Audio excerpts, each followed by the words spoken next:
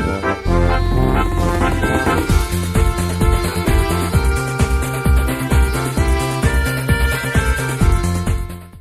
nama su večeras šef stručnog štaba Kozare Vlado Jagodić i igrač Stefan Maletić. Pa evo prilike da vidimo da li Kozara može napraviti neki rezultatski zaokret već na gostovanju u Gabeli. Pa ja ću prije svega pozdraviti sve prisutne i sigurno da mi je drago da je to prvo pitanje, jer došli smo u tu situaciju da jednostavno moramo što prije doći do gostujućih bodova, jer ovaj nerešen rezultat protiv Slobode nas je u neku ruku malo vratio nazad, uzimajući obzir da smo, ja vjerujem i svi upisali, već bili pri utakmici 3 boda. Naravno, to je fudbal i desilo se ono što se desilo, nećemo mnogo gubiti vrijeme jer smo već odjavili tu utakmicu, ali nam ona sigurno nalaže da moramo da u narednom periodu, a moja nekakva procjena, ja sam inače ovu polusezonu rekao da ćemo mi ići iz utakmice u utakmicu i sigurno da je prva naredna utakmica koju igramo u Gabeli protiv Goška utakmica u kojoj mi možemo da se vratimo sigurno u jednu normalu, da ponovo uspostavimo nekako psihološko stanje koje nam je u ovom trenutku veoma potrebno, jer ružno djeluje tabela, neki rezultati su se desili koji nisu mnogi očekivali, pobjede u gostima davljenika, tako da je i nama to sada jedan imperativ, jedna potreba da što prije riješimo jednu od gostujućih utakmica. Naravno da ako sam pričao o tome da je prva naredna najbitnija, ali evo sad mogu pričati o naredne 3, jer je realno da imamo gostovanje u Gabeli i u Istočnom Sarajevu protiv Slavije, apsolutno direktni konkurenti za opstanak u ligi i to su 2 utakmice u kojoj je Kozara, ako je ekipa, ja smatram da jesmo, treba da napravi znači jedan iskorak prema sredini tabele. Naravno da sa tim se treba složiti protivnik. Sigurno da znamo gdje idemo. Goški je napravio toplo-hladno od prva 2 kola, od katastrofalne igre i rezultata u prvom kolu nastavka protiv Slavije gdje je izgubio utakmicu na svom terenu do prvoklasnog iznenađenja, znači pobjedu na Koševu gdje je bilo predstavljanje novog trenera i nove ekipe Sarajeva, došli su do pobjede. Samim tim, znači, potvrdili su ono što je njih i pratilo u čitavom ovom prvenstvu, da je to ekipa koja veoma malo prima golova.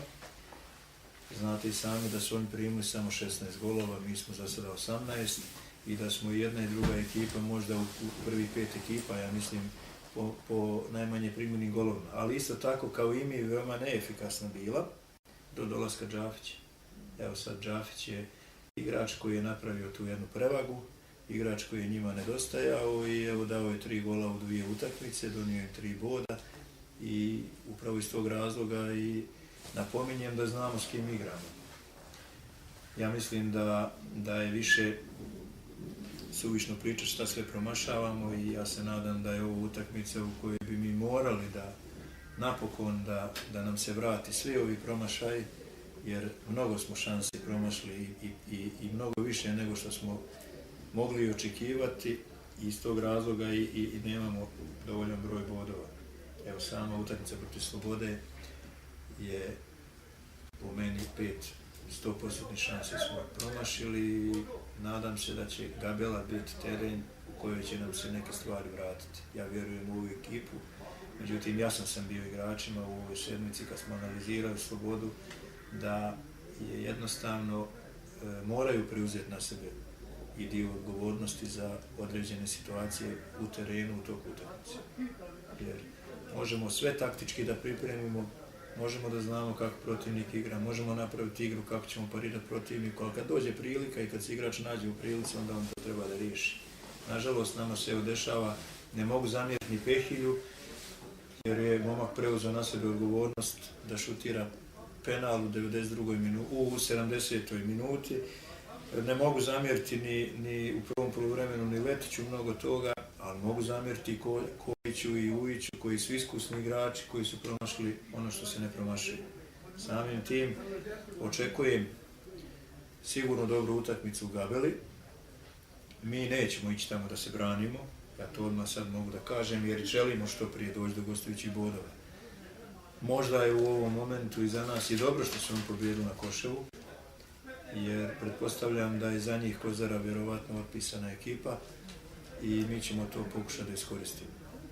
Zdravstveni bilten u odnosu na prošlu utakmicu nam se malo pogoršao, jer na Pehilja ne mogu računati zbog njegove povrede zadnje lože na prošloj utakmici i Mujić još uvijek nije spreman, svi ostali igrači jesu, nemamo kartonirani što je dobro, tako da imamo jednu situaciju da možemo dobro da procijenimo i trenutnu formu igrača i da procijenimo kroz ovaj sedmični rad ko može da odgovori zadatku onako kako očekujemo.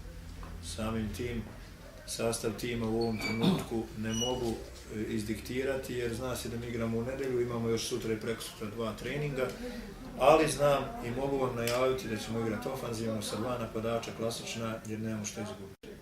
Ovo je utakmica u kojoj Kozara može mnogo da dobije, a realno je da poslije te utakmice dolazi Veleš, pa idemo u istočno Sarajevo, Slaviji i sigurno da ćemo, već sam rekao u prethodnih ovih nekoliko rečenica, da su to 2 gostujuća terena gdje je objektivno i realno da Kozara traži svoju priliku.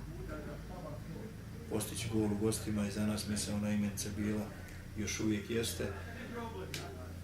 Nadam se i dobro smo u ovoj sedmici, ipak ima nekog pomaka u radu i ja zaista vjerujem u igrače koji će izaći. Ja u glavi imam 11-12 imena, ali evo, bilo bi neozbiljno da sad najavim pa da onda zbog nečeg što se može desiti objektivno, da u ova 2 dana pa da moram da mijenjam. Znači ne mogu izaći sa sastavom, ali će to biti igra sa 2 napadača.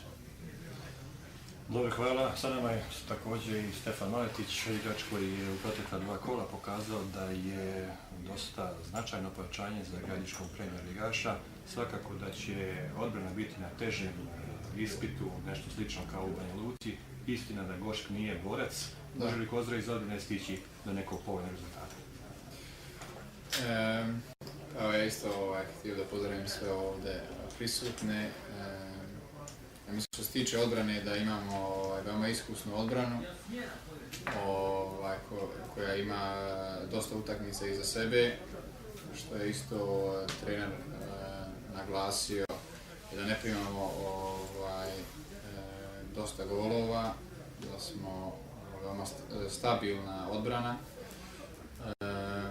Što se ja nadam i očekujem da ćemo moći sad na ovoj sljedećoj utakmici isto u ofanzivnom smislu nešto značiti za našu ekipu, pošto imamo tu visinu i snagu naprijed da možemo biti i tu odlučni. Jer ako ne budemo mogli iz igre, onda se nadam da ćemo moći iz nekog prekida da prelomimo utakmicu. A što se tiče defanzive, uigrani smo, što sam isto rekao, dovoljno smo iskusni i što je isto činjenica da ne primamo dosta golova i to treba da bude nešto trebamo u budućnosti da ponesemo sa sebom i jednostavno sa samopouzdanjem i da igramo sa glavom, da uđemo u tu utakmicu.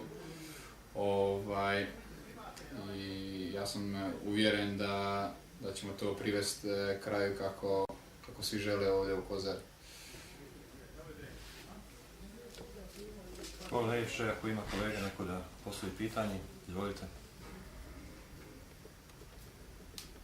Ako nema, ja bih iskoristio priliku ovako da zvanično ispred svih kolega uputim čestitke Vladi Jagodiću, šestičnog štaba, danas mi je rođendan, kažu 35. pa nek tako ostane, nek je sretno i do novih bodova u nedjelju.